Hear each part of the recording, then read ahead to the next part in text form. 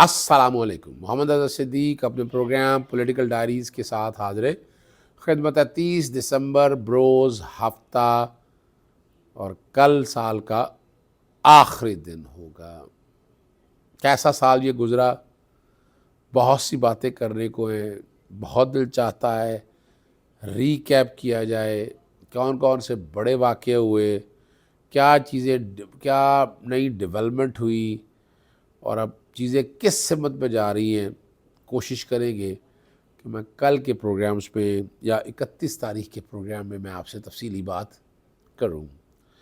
ابھی جو باتیں ہیں، مراد سعید کے کاغذات نامزدگی مسترد ہو گئے ہیں، کس پروویژن کے تحت ہوئے ہیں وہ میں بھی ڈھونڈتا پھر رہا ہوں. ٹھیک ہے نا جی. باقی وہ الائنس چل رہے ہیں سارے. جنرل فیاض، ریٹائرڈ فیاض حمید کو طلب دوبارہ کر لیا ہے، اور منظور پشتین سے باقاعدہ یہ کہ ریمانڈ کی بجائے اسے تفتیش کا کہا ہے، اور فواد چودھری کو جو اشتہاری قرار دینے کا جو فیصلہ ہے وہ معطل کر دیا ہے ہائی کورٹ نے. اور نظر بندی جو ختم ہو چکی ہے، صنم جاوید کی اس کا نوٹیفیکیشن جاری کیا، اور اس میں ایک نیا رخ آ چکا ہے کہ کیا ریٹرننگ آفیسر جو ہیں ڈپٹی کمشنر وہ نظر بندی بھی کریں گی اور صاف شفاف الیکشن بھی کرائیں گی. اور P T I intra party سے انتخاب سے متعلق جو فیصلہ انٹرا کورٹ میں ہوتا یا نہیں ہوتا، میرے لیے نئی چیز ہے. اور اسی طرح شہباز شریف کا 242 کا جو فیصلہ ہے وہ کاغذات نامزدگی پر محفوظ ہو گیا. ابھی اس دفعہ جو نیا ایک ٹرینڈ طے کیا، ورنہ پہلے ہوتا تھا کہ کاغذات نامزدگی داخل ہوتے تھے اور اسی دن ہی فیصلہ سنا دیتے تھے جب اسکروٹنی جس دن ہو، لیکن اس دفعہ انہوں نے کوئی اسکروٹنی کا فیصلہ نہیں کیا اور اس کو آخری دن تک چھپا کے رکھا ہے. آخری دن بیٹھ کر کریں گے، اور اس کے بعد ایک دم پریشر آئے گا، اور پریشر کے بعد اپنا کیا مقصد کیا ہے. اگر چاہتے تو بہت سی چیزیں جو ہے نا وقت سے پہلے آپس میں ڈسکس کر سکتے تھے، لیکن نہیں کی ہیں. یہ ان کا اپنا ذاتی فیصلہ ہے، ہم کیا کہہ سکتے ہیں. مراد سعید کے کاغذات نامزدگی جو ہے مسترد کر دیے ہیں، اور NH4 سے جمع کروائے تھے. اور 2018 میں بھی آپ کو پتا مراد سعید دوارا اس لڑکے سے اب یہ کہا یہی جا رہا ہے کہ اشتہاری کے کاغذ مسترد نہیں ہو سکتے ہیں. لاہور ہائی کورٹ نے بھی اس میں آلریڈی نوٹس کیا، اور ویسے بھی میں جنرل بات بتا دوں، یہ بالکل ہی مسکنسیپشن ہے، اور یہ جان کے یہ اس سے تو بدنیتی بڑی واضح طور پر ہوتی ہے کہ کیا ہو رہا ہے. اور یہاں یاد رکھنا آپ نے الیکشن کمیشن نے تحریک انصاف کے انٹرا پارٹی کو کالعدم قرار دینے کا جو فیصلہ ہے وہ پشاور ہائی کورٹ میں جو چیلنج کرنے کا ارادہ بنایا ہے. انٹرا کورٹ اپیل میں سن رہا ہوں، لیکن انٹرا کورٹ اپیل مینٹینیبل نہیں ہے، کیونکہ انٹرم آرڈر ہے. انٹرم آرڈر کے اگینسٹ آپ زیادہ لیو ٹو اپیل کے لیے سپریم کورٹ جا سکتے ہیں. یہ جو ہے یہ پریشر ڈالنے کے لیے ایسا کیا ہوگا تاکہ پریشر ہے. میرے سامنے وہ تحریری تو نہیں آئی ہے، لیکن جو میرے سامنے چیزیں آئی ہیں میں نے اس کو سامنے آپ کے رکھ دی ہے، اور اس کا فائدہ جو ہے آپ کو اندازہ ہو جائے گا. پاکستان مسلم لیگ نون اور پاکستان ڈیموکریٹک الائنس GDA جو ہے ان کا آپس میں انتخابات مل کر لڑنے کا فیصلہ ہو گیا. یعنی آپ اندازہ لگائیں، پاکستان مسلم لیگ اتنی بڑی سیاسی جماعت ہے لیکن سہارے ڈھونڈتی پھر رہی ہے MQM کے ساتھ، پھر وہ باپ کے ساتھ، ادھر MQM اور GDA کے ساتھ. یہاں سے آپ اندازہ لگا سکتے ہیں کہ اس کی کیا بری حالت ہے. لیکن جیسے ہی وہ اب بات آگے کی طرف جائے گی، جب آپ ملتقی انجام کی طرف جائیں گے تو اس کے آپ کو رزلٹ جو ہے نا وہ نظر آئیں گے. یہاں ملاقاتوں کا سلسلہ بہت سا چل رہا ہے، اب وہاں جوڑ توڑ بھی چل رہی ہے.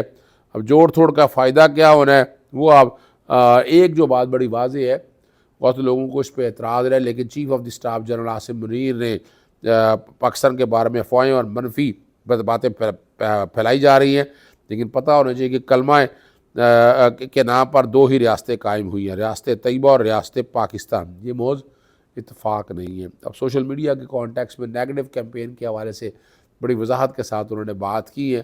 یعنی لیکن پھر بھی واٹ ایور اٹ از، جو بھی آپ حالات کے نیریٹو بلڈ کرنے میں تو پاکستان تحریک انصاف کامیاب ہو چکی ہے.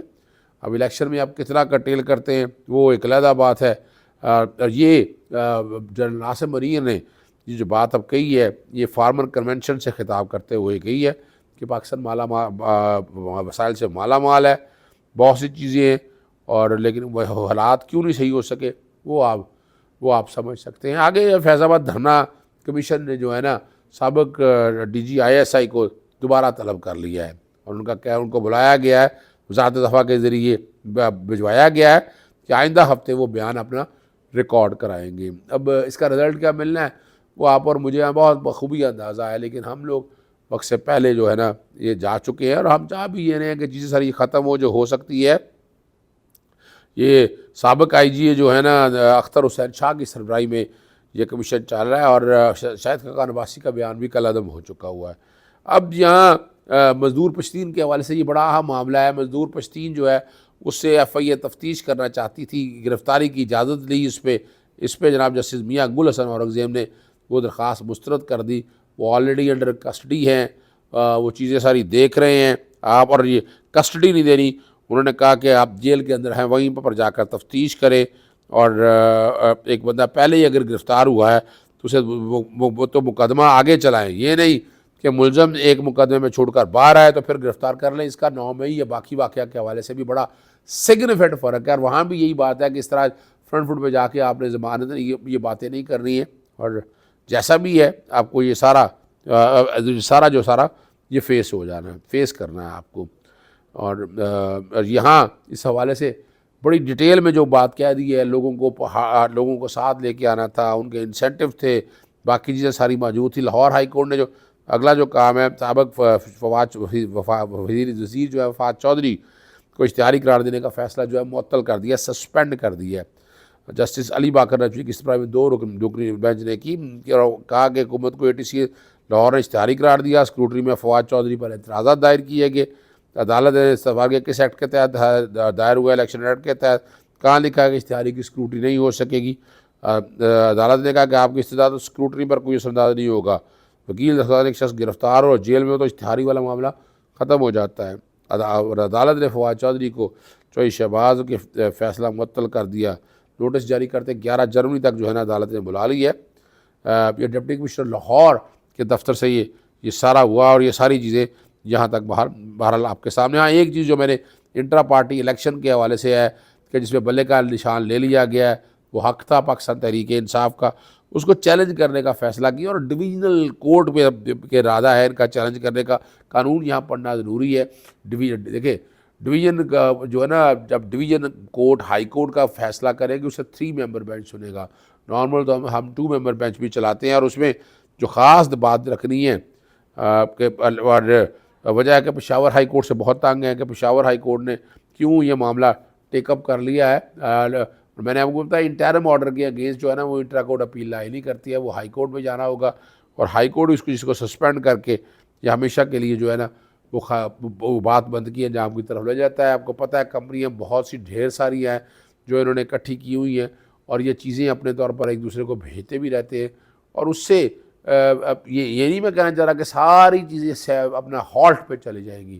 ہر کام کا اپنا ایک وقت مقرر ہے، اس وقت کو سامنے رکھتے ہوئے وہ چیز اس کے سامنے چلی جائے گی، اور کوشش یہی ہوگی کہ اصل جو بات ہے وہاں تک پہنچے۔ ہماری کوشش یہی ہے کہ ہم جتنا میکسیمم ہو سکے اس کو اس حد تک دیکھتے ہیں، اور پریشانیاں یہ اپنی جگہ پر موجود ہیں۔ تاریخی طور پر دیکھیں تو بہت محنت کی ہے، اور اس محنت کا صلہ جو ہے نا انسان کو ملنا چاہیے۔ اجازت چاہتا ہوں۔ السلام علیکم، اللہ حافظ، پاکستان زندہ باد۔